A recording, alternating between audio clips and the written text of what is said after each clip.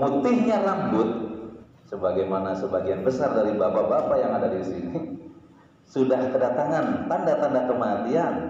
Utusan kedua, tanda-tanda kematian yang berikutnya adalah lemahnya tubuh setelah ditinggalkannya keperkasaan waktu kita usia belia hingga usia 30. Itu saat-saat yang paling top. Lewat 30 itu tanda-tanda penuaan terjadi. Kemudian ulama mengatakan dan bungkuknya tulang belakang kita setelah tegapnya ditinggalkan, mau segagah setegap apapun, ketika proses pengeroposan terjadi secara alamiah lewat dari 80, lewat dari 90, itu kalau nyampe, kita ajarkan kepada anak-anak kita bahwa ketika mengikuti pada kebiasaan-kebiasaan yang kita format di panggung masjid ini, anak-anak yang sudah dididik, yang sudah kita formulakan, cuma kita kanalisasi, kita kapitalisasi dalam sebuah gerakan dan kegiatan yang manfaat. Kita dari hari ke hari perhatikan bahwa demografi kependudukan, Pak, presentasi penduduk wanita itu lebih banyak, dan itu sudah Rasul nggak kaget kita, hadisnya udah banyak nanti penduduk. Setelah tahu apa yang harus kita sikapi, ya belajarlah mengikuti apa yang Al-Quran isyaratkan tentang hal ini. Jangan cari ilmu-ilmu lain di luar Islam, bagaimana cara memperlakukan wanita, teorinya yang kemilau, tawaran-tawarannya itu mengagumkan, berteori tentang bagaimana wanita itu harus dibebaskan, harus setara, harus di-empowering, harus jadi ini, jadi itu. Boleh mereka ngomong begitu, tapi periksa dulu Al-Quran bagaimana mengisyaratkan tentang ini, tentang wanita. Bahkan Rasulullah mengatakan dalam hadis riwayat Muslim, "Man 'ala jariyataini hatta tablugha jaa yaumul qiyamah ana wa huwa." Rasulullah begitu. Siapa yang mendidik dua anak perempuan hingga ia dewasa, maka ia datang pada hari kiamat dalam keadaan aku dan dia merapatkan jarinya, wa dhamma asabi'ah. Nah, mau anak laki-laki, mau anak perempuan sebetulnya sama. Isyarat ini yang terkait anak perempuan, kalau kita lihat dalam konteks konstruksi berpikir sekarang, madrasatul ula, madrasah pertama hebat bagi tumbuh anak-anak itu ibunya. Makanya dalam teori genetika, Bu, genetika pembawa sifat perilaku, karakter itu nurun dari bapak, bukan dari ibu. Sifat umum, secara umum ya, itu dari bapak. Tapi kalau kecerdasan itu ngikut ke ibu. Nah di sini makanya bapak-bapak figur sentral di keluarga itu laki-laki, yang memimpin, yang mengelola, yang mengarahkan, yang mendesain keluarga itu seperti apa, itu adalah paternalistik, pola yang diterapkan oleh sang ayah. Makanya peranan seorang ayah adalah untuk menegur anak-anak bila dia buat salah. Kenapa kudu bapak-bapak yang negur? Jadi anak ini menurut penelitian ya Bu ya, bapak semuanya, itu lebih mendengar kata-kata ayahnya daripada ibunya.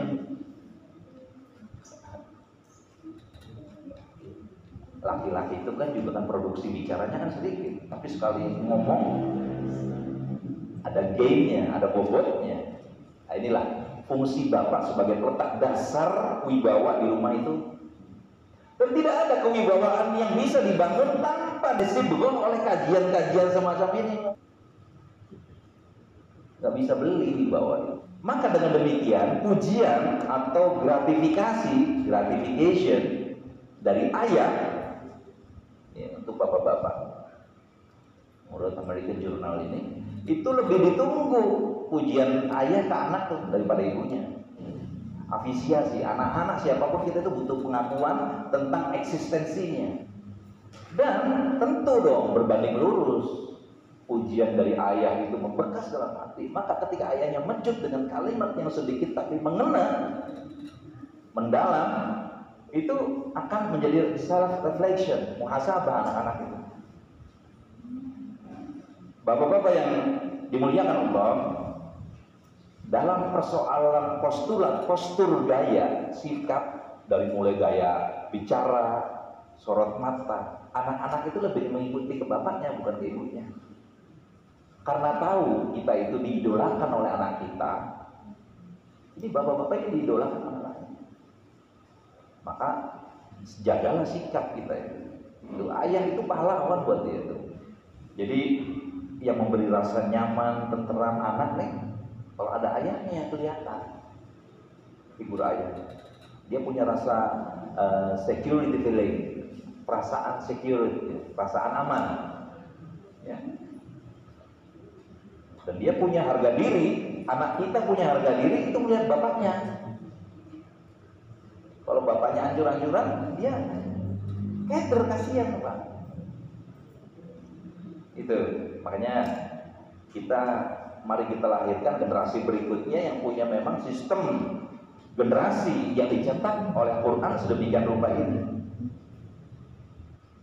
Itu konstruksi berpikir itu bukan determinasi, bukan dari kita,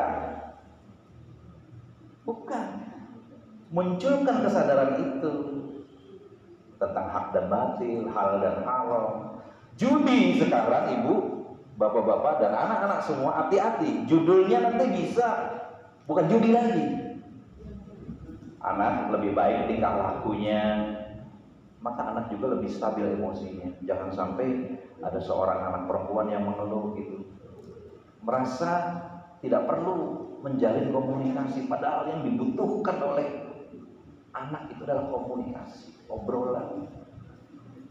Dan tentunya karena kita ngunjal obrolannya dari sini, pasti obrolan yang punya bobot dan punya mutu, obrolan yang penuh khidmat, obrolan yang penuh kelezatan iman, yang membuat anak-anak kita tumbuh dengan baik, stabil emosinya, selamat akidahnya, selamat ibadahnya.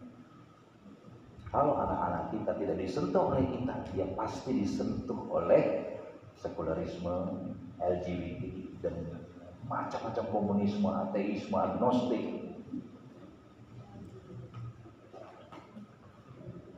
Itu saja yang bisa disampaikan, mudah-mudahan bisa menjadi nasihat bagi diri saya dan terutama bagi bapak dan ibu sekalian serta anak-anakku semuanya.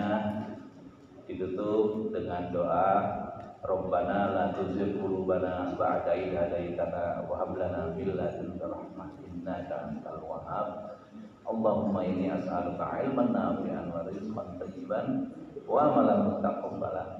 Rabbana atina fid dunya hasanah wa fil akhirati hasanah wa qina adzabannar. Wassalamualaikum warahmatullahi wabarakatuh.